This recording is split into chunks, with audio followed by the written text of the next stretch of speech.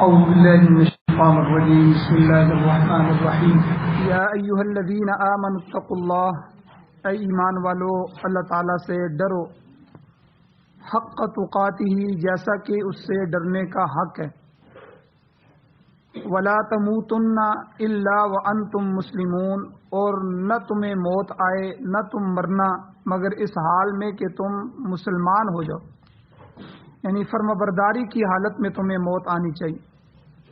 وَاعْتَصِمُوا بِحَبْلِ اللَّهِ جَمِيعًا، تم سب اللہ کی رسی کو مضبوطی سے پکڑ لو، جمیعاً سب کے سب، وَلَا تَفَرَّقُوا اور تفرقہ نہ کرو، وَاذْكُرُوا نِعْمَةَ اللَّهِ عَلَيْكُمْ اور اللہ تعالیٰ کی نعمت کو یاد کرو، علیکم جو تمہارے اوپر ہے، کہ اذ کنتم اعداء جب تم دشمن تھے، فألف بین قلوبکم پس اللہ تعالیٰ نے الفت اور محبت ڈال دی ہے تمہارے دلوں کے درمیان، فاصبحتم بنعمتہ اخوانا پس تم ہو گئے ہو اس اللہ کی نعمت اور احسان اور فضل سے اخوانا بھائی بھائی، وکنتم علی شفا حفرۃ من النار اور تم آگ کے گڑھے کے کنارے پر پہنچ گئے تھے، فانقذکم منہا پس اللہ تعالیٰ نے تمہیں اس آگ سے بچا لیا، کذالک یبین اللہ لکم آیاتی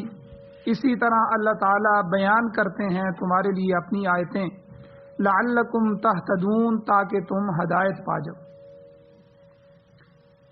سورہ آل عمران کی آیت نمبر 102 اور 103 آپ کے سامنے تلاوت ہوئی ہے۔ اس کے 2 درس پیچھے بیان ہو چکے ہیں، جن میں ہم نے اللہ تعالیٰ کی ذات سے تقوی اختیار کرنا، خوف خدا، اس کے بارے میں جو ضروری چیزیں تھیں کہ خوف خدا بندے کو کب حاصل ہوتا ہے، جب اس کے اندر 5 چیزیں پائی جائیں، اس کی تفصیل ہم نے پیچھے پڑھ لی۔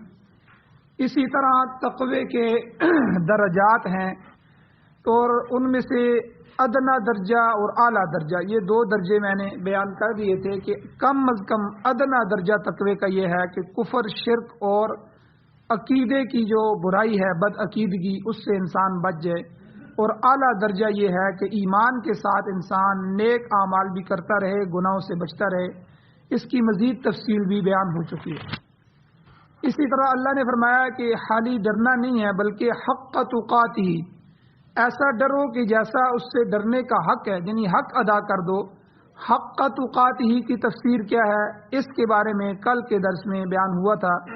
تفسیر میں حضرت عبداللہ ابن مسعود رضی اللہ تعالیٰ عنہ کی حدیث روایت بیان ہوئی، اس کی پھر تشریح بیان ہوئی۔ حضرت انس رضی اللہ تعالیٰ عنہ نے حق تقاتہ کے بارے میں جو تعریف فرمائی اس کو بھی بیان کیا گیا۔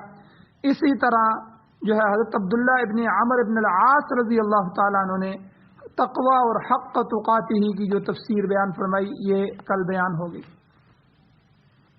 آج کے اللہ تعالیٰ فرماتے ہیں کہ وَلَا تَمُوتُنَّ إِلَّا وَأَنْتُمْ مُسْلِمُونَ، تم نہ مرنا، تمہیں موت نہ آئے مگر اس حال میں کہ تم اللہ کے فرمانبرداری میں ہو، مسلمان بن کے تمہیں مرنا چاہیے۔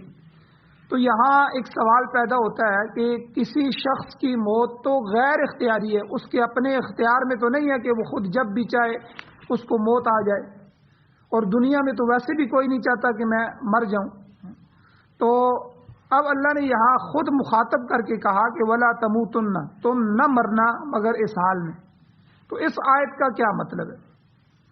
تو مفسرین فرماتے ہیں کہ اس کا مطلب یہ ہے کہ تم پوری زندگی کے اندر اعمال صالحہ میں مشغول ہو، نیک عملوں میں مشغول ہو، حتیٰ کہ انہی پر تمہارا خاتمہ ہو جائے، یہ مراد ہے۔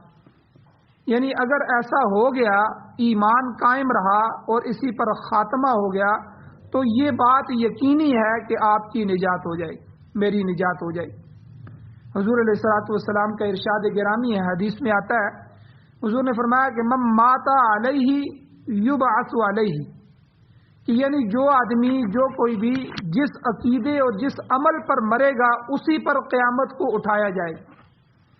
اگر وہ گانے گاتے ہوئے، گانے سنتے ہوئے گاڑی کے نیچے آ گیا یا حادثہ ہو گیا، اور آج کل ہمارے نوجوانوں میں یہ بہت بیماری ہے کہ موبائل جیب میں ہے اور ٹوٹیاں کان میں لگائی ہوئی ہیں اور گانے سن رہے ہیں اور روڈ پہ جو ہے وہ سواری چلا رہے ہیں، اور اب ایسا بندہ اس کو پیچھے کا ہارن بھی نہیں سنائی دیتا، یا آگے کوئی چیز آ رہی ہو یا کوئی اور سائڈ سے ہو تو اس کو نہیں پتہ چلتا۔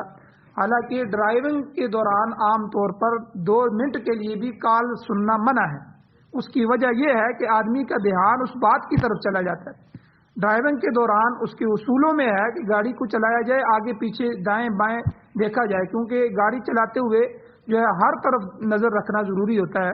تو آگے تو بندے کو نظر آتا ہے، پیچھے کے لیے درمیان میں شیشہ لگا ہوتا ہے، سائڈوں کے لیے جو ہے لگے ہوتے ہیں، تو اس لیے تاکہ قیمتی جانیں ہلاک نہ ہو، آپ خود کسی کی وجہ سے ہلاک نہ ہو جائیں یا آپ کی وجہ سے کوئی بندہ ہلاک نہ ہو جائے۔ اللہ کے ہاں ایک مسلمان کی بہت بڑی قیمت ہے۔ تو بہرحال تو اگر کوئی آدمی جس حالت میں مرے گا تو حضور نے کیا فرمایا کہ جس پر مرے گا یبعث علیہ، اسی پر قیامت والے دن اٹھایا جائے گا۔ تو اس لیے اس کا مطلب یہ ہوا کہ انسان اس دنیا میں نیک اعمال انجام دیتا رہے حتیٰ کہ اسے موت آ جائے۔ سورہ حجر کے اندر اللہ تعالیٰ نے یہی بات وضاحت کے ساتھ ان الفاظ کے ساتھ سمجھائی ہے۔ اللہ کہتے ہیں وَاعْبُدْ رَبَّكَ حَتَّى يَأْتِيَكَ الْيَقِينُ، تو اپنے رب کی عبادت کرتا رہ حتیٰ کہ یقینی چیز یعنی موت آ جائے، یعنی موت تجھے اس حالت میں آئے کہ تو پیچھے سے عبادت کرتا رہا ہو۔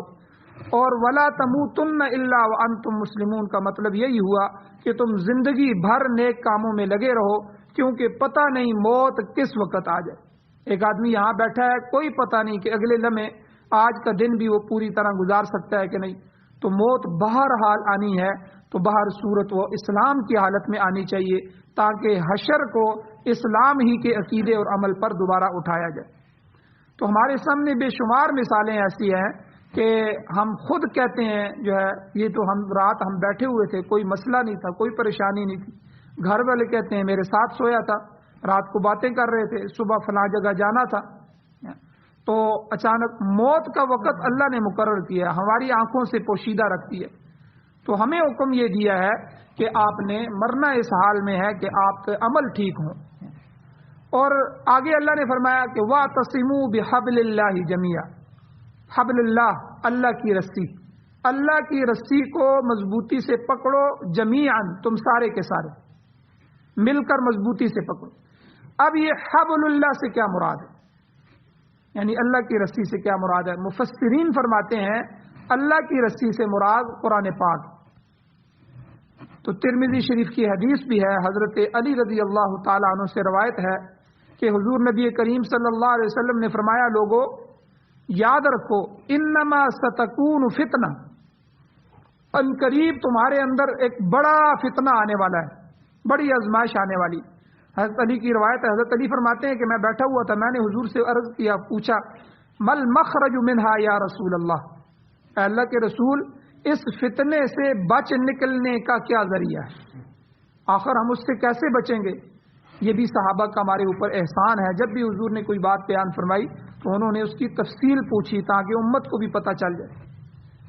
اب حضور علیہ الصلوۃ والسلام نے فرمایا ہوا کتاب اللہ، وہ ذریعہ اللہ کی کتاب ہے، قرآن مجید ہے۔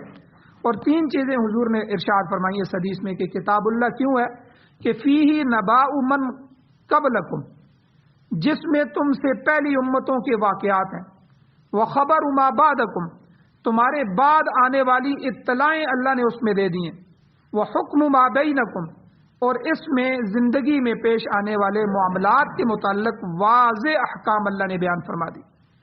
تو اس لیے اللہ کے نبی نے فرمایا وَهُوَ حَبْلُ اللَّهِ الْمَتِينُ، تو یہ خدا کی مضبوط رسی ہے، اسے پکڑے رہو۔ ظاہر ہے کہ یہ صفات قرآن پاک میں موجود ہیں، اس میں سابقہ جتنے بھی قومیں ہیں ان کے عبرتناک واقعات موجود ہیں جس سے انسان نصیحت پکڑ سکتا ہے۔ آپ دیکھیں اتنی بڑی بڑی قومیں کہ یہ چھوٹے چھوٹے گھر تو ان کے تھے ہی نہیں، کیونکہ یہ ہم جو دیواریں بناتے ہیں یہ دیوار اگر اسی طرح اوپر لے جائی جائے اور جا کے جو ہے 20 فٹ تو وہ ویسے ہی گر جاتی ہے، اتنی لمبی دیوار 20 فٹ 30 فٹ تو کھڑی نہیں ہو سکتی۔ تو جن کے قد 70 فٹ قد تھے تو یہ تو مکان ان کے لیے چل ہی نہیں سکتے تھے. تو انہوں نے پھر کیا کیا, اپنا گزارا کرنے کے لیے پہاڑوں کو تراشا.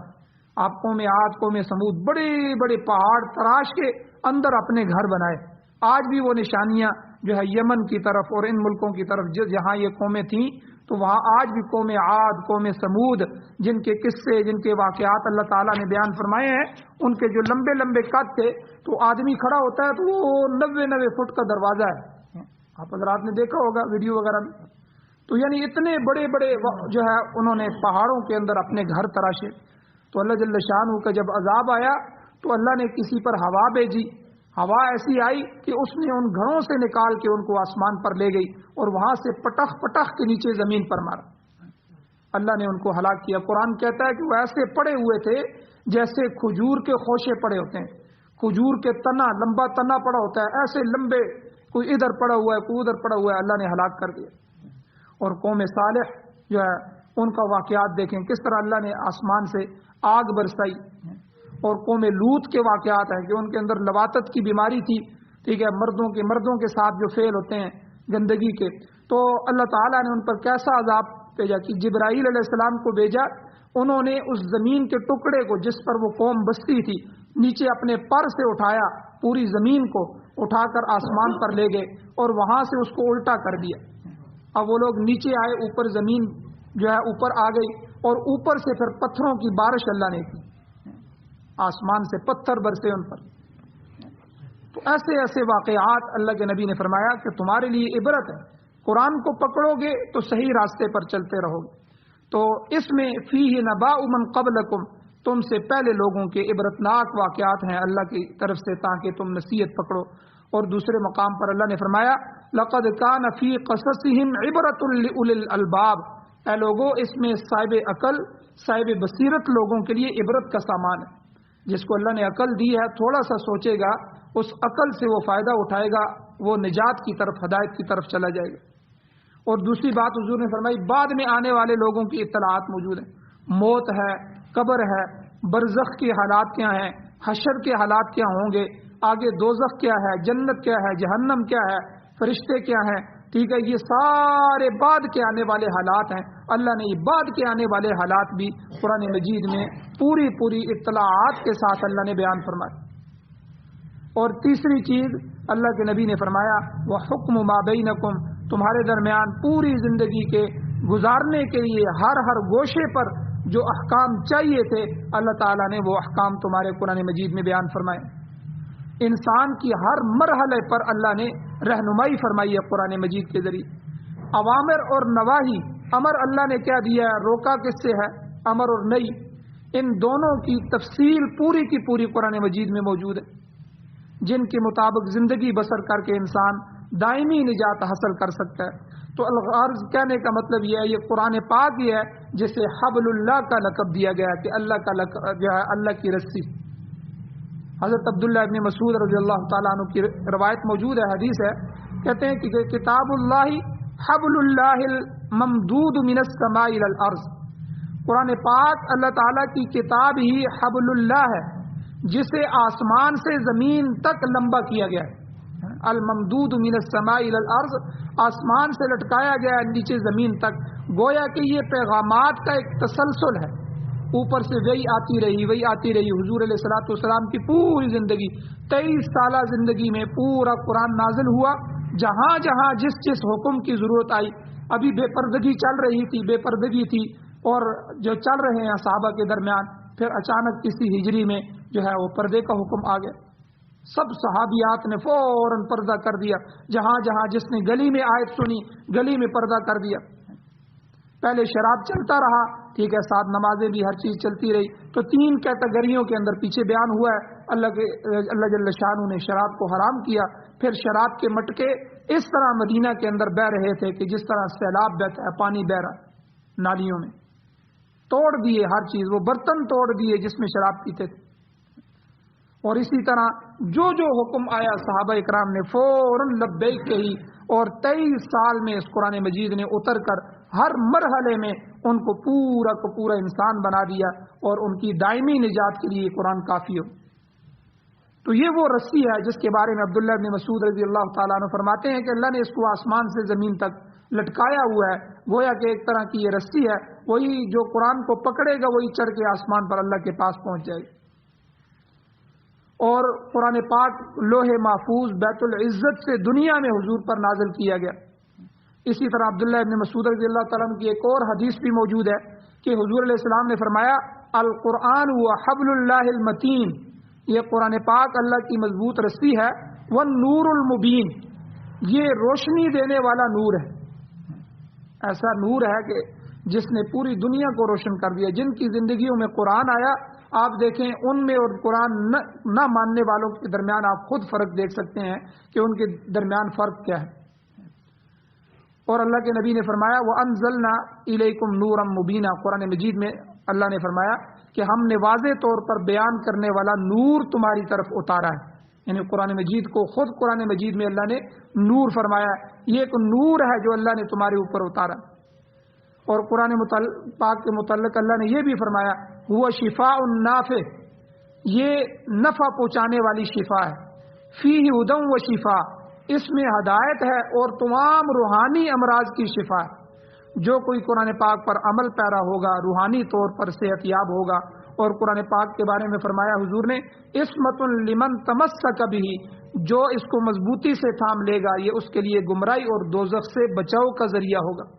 اور حضور نے فرمایا ونجات لمن تبع، جو اس کا اتباع کرے گا اس کو لیے یہ قرآن مجید نجات کا سبب ہوگا۔ یہ سب حبل اللہ کی تشریح میں حدیث ہے۔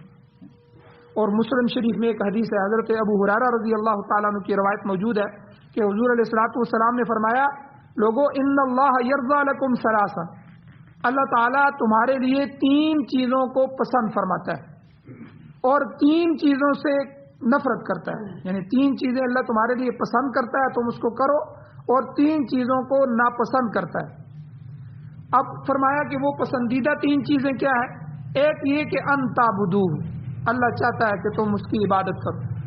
عبادت جتنی بھی ہے وہ ساری کی ساری اللہ کے لیے ہونی چاہیے، نماز، روزہ، حج، زکوٰۃ، صدقہ، خیرات، یہ جتنی بھی ہے۔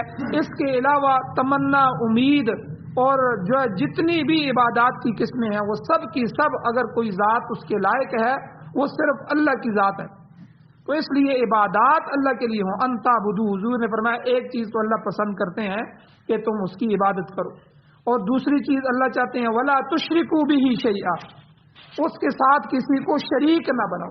یاد رکھیں اللہ کو سب سے زیادہ غصہ مشرک پر ہوتا ہے، تو سب سے زیادہ کہ وہ اللہ کے ساتھ۔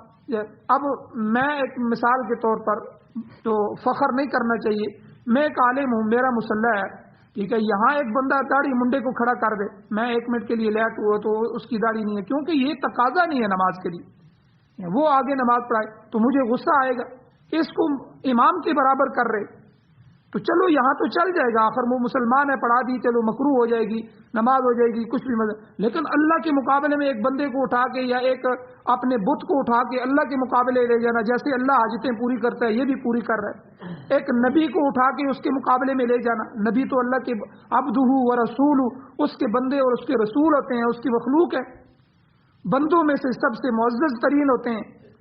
اب نبی مشکل کشا ہے، علی مشکل کشا ہے، فلاں مشکل کشا ہے، ٹھیک ہے، اور کوئی ولی آئے تو ولیوں کے بارے میں کہنا کہ فلاں مشکل کشا ہے، فلاں حاجت روا ہے، حالانکہ شیخ المشائخ اور شیخ الاولیاء شیخ عبد القادر جیلانی رحمہ اللہ کی آپ کتابیں پڑھیں تو اس کتابوں میں حضرت داتا گنج بخش رحمہ اللہ کی جو کتابیں ہیں یہ بہت بڑے اللہ والے گزرے ہیں، حضرت معین الدین چشتی رحمہ اللہ اجمیر شریف والے، تو یعنی ان حضرات کی آپ کتابیں پڑھیں، ان کتابوں میں آپ کو پتہ لگے وہ تو توحید کی طرف بلاتے رہے، وہ تو خود کہتے رہے ہیں کہ ہم کچھ نہیں کر سکتے، لوگوں اللہ کے دروازے پہ آ جائے، لیکن آج لوگوں نے انہی کی مزارات کو شرک کے اڈے بنا دیے، کوئی جا رہا ہے وہاں سجدے کر رہا ہے، کوئی وہاں کے پتھروں کو اٹھا کے اپنے ساتھ مل رہا ہے، کوئی جا کے جو ہے ان کو چوم رہا ہے، کوئی ان کو کہہ رہا ہے کہ آپ ہمیں اولاد دے دیں، کوئی کیا مانگ رہا ہے، کوئی کیا مانگ رہا ہے، تو یاد رکھیں مشرک پر اللہ کو سب سے زیادہ غصہ آتا ہے۔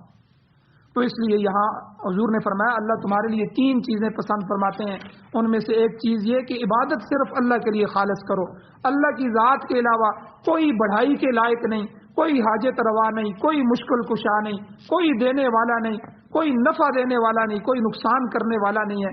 تمہارا یقین، تمہارا ایمان صرف اور صرف اللہ کی ذات پہ بنے. اور دوسرا، اس کے ساتھ بالکل شریک نہ چاہو. تھوڑا سا بھی شرک جو ہے، نہ شرک جلی ہو نہ شرک خفی ہو، چھپا ہوا شرک، یعنی چھوٹا سا بھی. ہم یہ جو کسی سے ریاکاری کرتے ہیں، ریاکاری کو بھی حدیث میں کسی کے دکھلاوے کے لیے کوئی نماز پڑھنا یا کوئی عمل کرنا یا کوئی رقم جو ہے مسجد میں دی یا کسی جگہ کوئی دیکھ لے، ہم کہے جی میں نے بھی دی ہے یا میرا نام آ جائے، یہ ریاکاری ہوتی ہے. تو ریاکاری کو حضور علیہ السلام نے فرمایا شرک خفی، یہ شرک خفی ہے. کیونکہ ریاکار آدمی کیا کرتا ہے، وہ جو پیسے دینے ہیں وہ اللہ کے لیے دینے چاہیے تھے کہ میرا اللہ مجھ سے راضی ہو جائے، وہ لوگوں کو راضی کرنے کے لیے دے رہا ہے. گویا کہ یہ ایک عبادت تھی، اب یہ اللہ کی خوشنودی کے علاوہ لوگوں کی خوشنودی کے لیے کی جا رہی. اسی لیے حضور علیہ السلام نے حدیث میں فرمایا قیامت والے دن جو سب سے پہلا حساب ہوگا وہ 3 آدمیوں کا ہوگا، ایک سخی، ایک شہید، ایک عالم. تو عالم کو لایا جائے گا اور وہ اللہ پوچھیں گے کہ آپ نے میرے لیے کیا کیا. وہ کہے گا اللہ میں نے گھر چھوڑا، گھر بار چھوڑا، خاندان چھوڑا، اتنے سال آپ کا علم سیکھنے کے لیے گیا، وہاں میں نے علم سیکھا، پھر میں جب واپس آیا تو میں نے خطاب کیے اور میں نے لوگوں کو سمجھایا، میں نے یہ کیا وہ کیا. اللہ کہتے ہیں لوگ تو نہیں جانتے تھے، میں جانتا تھا. تو نے لوگوں کو دکھلاوے کے لیے کیا. لوگ مجھے علامہ کہیں، لوگ مجھے خطیب کہیں، لوگ مجھے یہ کہیں. قد قیل، حضور نے فرمایا وہ کہا جا چکا. اللہ کہیں گے وہ کہہ چکے ہیں لوگ، تو نے لوگوں سے بدلہ لینا تھا. لوگوں نے کہا جی بڑا خطیب آدمی ہے جی، بڑا بیان کرتا ہے جی، بڑی تفسیر بیان کرتا ہے، بہت اچھا درس دیتا ہے، بہت بڑے عالم ہے جی، بہت بڑے. تو یہی چاہتا تھا، لوگ کہہ چکے ہیں، میرے ہاں تیرا کوئی اجر نہیں ہے. ٹھیک ہے. اور فرشتوں کو حکم دیا جائے گا اس کو گھسیٹ کر جہنم میں پھینک. اور دوسرا سخی لایا جائے گا. حضور کہیں گے تو نے کیا کیا؟ وہ کہے گا اے اللہ آپ نے مجھے مال دیا تھا، کوئی دروازہ میں نے نہیں چھوڑا، کوئی یتیم محلے کا کوئی بیوہ ایسی نہیں تھی میں نے اس پر خرچ نہیں کیا، کوئی جو ہے مسجد مدرسہ کوئی جگہ نہیں تھی جہاں ضرورت پڑتی تھی میرا پیسہ وہاں خرچ ہوتا تھا. تو اللہ کہیں گے لوگ تو نہیں جانتے، وہ تو ظاہر کے مکلف تھے، تمہارے اندر کیا چل رہا تھا یہ تو میں جانتا تھا. تم نے اس لیے خرچ کیا کہ تجھے لوگ سخی کہیں، بڑا دینے والا ہے جی، بڑا مالدار ہے، بڑا اللہ کے راستے میں خرچ کرنے والا ہے. تو وہ لوگ تجھے سخی کہہ چکے ہیں دنیا میں جو کچھ تو چاہتا تھا ان سے، جس کے لیے تو دیتا تھا وہ کہہ چکے ہیں. قد قیل، وہ کہا جا چکا ہے. اس کے لیے بھی حکم ہوگا گھسیٹ کر اس کو جہنم میں پھینک. تیسرے نمبر پہ حضور نے فرمایا شہید کو لایا جائے گا. شہادت یعنی یہ کتنے بڑے درجات ہیں، عالم ہونا، سخی ہونا اور شہید اللہ کے راستے میں ہونا. اب وہ اللہ اس سے پوچھیں گے اور وہ کہے گا اے اللہ میں نے گھر بار چھوڑا، حکومتیں بھی مخالف تھی، برادری بھی مخالف تھی، میں آپ کے رستوں میں جہاد کے لیے نکل گیا اور میں نے اپنی زندگی وہاں غاروں میں گزاری، پہاڑوں میں گزاری، اور میں لڑتا رہا کفر سے، آپ کے جو ہے دین کے غلبے کے لیے میں نے اپنی جان پیش کر دی. اللہ کہیں گے کہ نہیں، لوگ تو نہیں جانتے تھے، میں تو جانتا تھا. تو نے یہ سب اس لیے کیا تاکہ تجھے لوگ بہادر کہیں، غازی کہیں اور مجاہد کہیں اور بڑا بہادر آدمی کہیں. اور لوگوں نے یہ کیا دیا ہے دنیا میں، واقعی ان کو تو نہیں پتا تھا انہوں نے کیا دیا ہے. تو اس لیے ریاکاری جو ہے اس کے بارے میں بھی حکم ہوگا اس کو گھسیٹ کے جہنم میں پھینک. پھر عام پبلک کا حساب شروع کیا جائے گا. یعنی یہ اللہ سب سے پہلے دکھلائیں گے کہ میرے ساتھ ریاکاری کرنے والے نے بھی گویا کہ شرک کیا ہے. دوسرے لوگوں کو میری جو چیز میرے لیے کرنی چاہیے تھی، اتنے بڑے بڑے عمل جن کا میں نے حکم دیا تھا، یعنی عمل کر کے بھی انسان خسارے میں ہو جائے گا ریاکاری کی وجہ سے. یہ ریاکاری اتنی بری چیز ہے، ہمارے عمل کو بالکل ضائع کر کے چھوڑ دیتی ہے. تو اس لیے حضور علیہ الصلوۃ والسلام نے فرمایا یہ 3 چیزیں ہیں. اور تیسری چیز حضور نے فرمایا تعتصموا بحبل اللہ جمیعا ولا تفرقوا، کہ اللہ کی رسی کو مضبوطی سے پکڑو، آپس میں تفرقہ نہ ڈالو. تو یہ تفرقہ جو ہے فرقہ بازی نہ کی جائے، تفرقہ نہ ڈالا جائے، قرآن پاک کو مضبوطی سے پکڑا جائے. اور 3 چیزیں جو ہیں وہ حضور علیہ الصلوۃ والسلام نے فرمایا اللہ کو سخت ناپسند ہیں. ایک چیز کیل و کال، حدیث میں آتا ہے بےہودہ گفتگو، بلا مقصد کی گفتگو، بات چیت کرنا، یہ اللہ کو پسند نہیں ہے. جہاں بھی بیٹھا آؤ جی چلو بیٹھ جاتے ہیں، کچھ بات چیت کر لیتے ہیں، چلو جی گپ شپ لگاتے ہیں. ایک رشتہ دار کے گھر گیا، دوسرے رشتہ دار کے گھر گیا. اب رشتہ داروں کے گھر جانا اللہ نے کیسے بھی کہا ہے کہ آپس میں جڑیں، وہاں بات چیت کی کریں، ایک دوسرے کو جوڑیں، ٹھیک ہے. تو صلہ رحمی ہو، قطع رحمی اللہ کو پسند نہیں ہے. لیکن یہ وہاں جاتا ہے، اچھا یار وہ تمہارے بارے میں باتیں کر رہے ہیں، اس کی باتیں اس کو پہنچا رہا ہے، اس کی باتیں اس کو، پورا خاندان اس نے تہس نہس کر دیا. اور کہتے ہیں کہ میں تو سب کے گھروں میں جاتا ہوں، میں تو ماشاءاللہ رشتہ داری برادری نہیں چھوڑتا. اللہ کے ولی تو جا کے وہاں کیا کرتا ہے؟ تو نے کوئی گھر ایسا نہیں چھوڑا جس کو تباہ نہ کر دیا ہو. تو اس لیے یہ جو بلا مقصد گفتگو ہے، ہر گفتگو، کل بھی میں نے درس میں کہا تھا، پہلے تولو پھر بولو کہ میں کیا بات کر رہا ہوں، اس کا وزن کیا ہے، اس سے نقصان کیا ہوگا، یا ٹھیک بات ہے تو اس کا یہ موقع ہے کہ نہیں، ہو سکتا ہے اس موقع پہ یہ بات صحیح فٹ نہ آ رہی ہو، غلط ہو جائے معاملہ. تو اس لیے ایک چیز حضور نے فرمایا، بےہودہ اور بلا مقصد گفتگو، اس کو کیل و کال کہتے ہیں، ویسے ہی بیٹھا تو یہ اللہ کو ناپسند ہے. اور دوسری چیز جو ہے کثرت سوال، لوگ مسائل دریافت کرنے کے لیے آتے ہیں، جس کو جو ضرورت ہو اتنا پوچھے، عالم سے اعتماد کرے، اور قرآن و سنت کی تشریح کے مطابق جو عالم بتائے تو وہ اس کے اوپر عمل کرے. یا تو خود 8-10 سال لگا کے قرآن کو سیکھے، قرآن و حدیث کو، یا یہ جو ہے کہ کسی پر اعتماد کرے اپنے عالم پر، اور جتنا مسئلہ ہے وہ پوچھ کے چلا جائے. تو بعض لوگ بال کی کھال اتارتے ہیں، وہ پوچھا ادھر کیا ادھر کیا، تو یاد رکھیں کہ یہ عمل ٹھیک نہیں ہے، یہ درست نہیں ہے، اللہ کو اس کو پسند نہیں ہے. آپ دیکھیں ہم ڈاکٹر کے پاس جاتے ہیں، ڈاکٹر پر اعتماد کرتے ہیں، وہ جو دوائی لکھ دے، تو اب ہم ڈاکٹر سے یہ تو نہیں پوچھتے اچھا اس گولی میں کیا کیا چیز ہے، کن اجزاء سے یہ گولی بنی ہے، اس دوائی میں کیا کیا چیزیں ڈالی گئی ہیں، اور وہ کہاں بنائی گئی ہیں. وہ ڈاکٹر کہے گا بھئی یہ آپ کا کام نہیں ہے، آپ مجھ پر اعتماد کریں، میں نے 5-10 سال لگائے ہیں، اپنے استادوں پہ پڑھا ہے، اور وہاں میں نے یہ سارے تجربے کیے ہیں، میری زندگی کا مشاہدہ ہے، تجربہ ہے، آپ مجھ پر اعتماد کریں، ان چیزوں کی قرید نہ کریں، اپنی بیماری بتائیں اور اس کا علاج لے کر جائیں، باقی آگے اللہ کا کام ہے. تو یہ بال کی کھال اتارنا، بار بار اس طرح کے سوالات کرنا، یہ جو ہے اللہ کو پسند نہیں ہے. تیسری چیز حضور نے فرمایا مال کو ضائع کرنا، فضول رسومات کے اندر، رسموں کے اندر، بدعات کے اندر، اور حرام جگہوں پر مال خرچ کیا جائے. آج دیکھیے ہمارا مال جو ہے کتنے جو رسمیں ہوتی ہیں ان میں لائٹوں پر خرچ ہو رہا ہے، فلاں پر خرچ ہو رہا ہے، یعنی اتنا مال ضائع کیا جاتا ہے، اتنا کھانا ضائع کیا جاتا ہے. ٹھیک ہے، اگر یہ کھانا حفاظت کے ساتھ جو ہے غریبوں میں تقسیم کیا جائے تو کتنے چولہے ہیں وہ جل سکتے ہیں. شادی حالوں میں جا کے دیکھیں، ڈیروں پہ دیکھیں، ٹھیک ہے، ہماری نالیوں کے اندر دیکھیں، یا روٹی کے ٹکڑے آپ دکانوں پہ دیکھیں، کتنی روٹی، کتنا سالن، کتنی چیزیں جو ہے ہم وہ ضائع کرتے ہیں.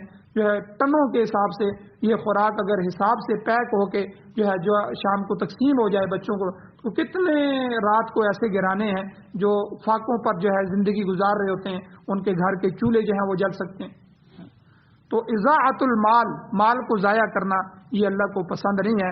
تو اس لیے ہرگز اللہ کو پسند نہیں ہے کہ اس کے دیے ہوئے مال کو اس کی رضا کے خلاف خرچ کیا جائے. تو الغرض حبل اللہ سے مراد قرآن پاک ہے، جسے مضبوطی کے ساتھ پکڑنے کی نصیحت کی گئی ہے. آگے ولا تفرقوا، تفریق بین المسلمین کیا ہے انشاءاللہ کل کے درس میں بیان کی جائے گی. اللہ جل شانہ سے دعا ہے اللہ ہمیں عمل کی توفیق عطا فرمائے. آمین. الحمدللہ رب العالمین والعاقبۃ للمتقین والصلاۃ والسلام علی رسولہ النبی الامی الکریم.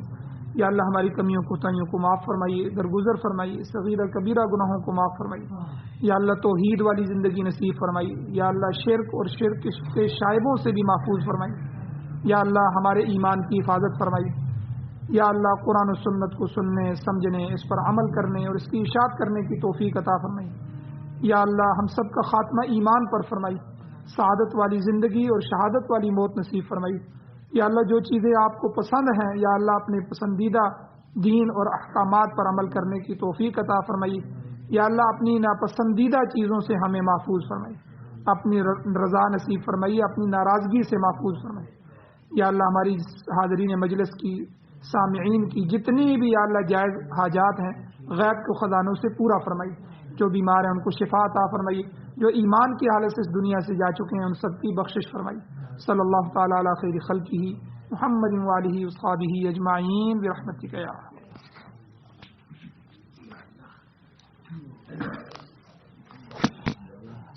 وعلیکم السلام ورحمۃ اللہ.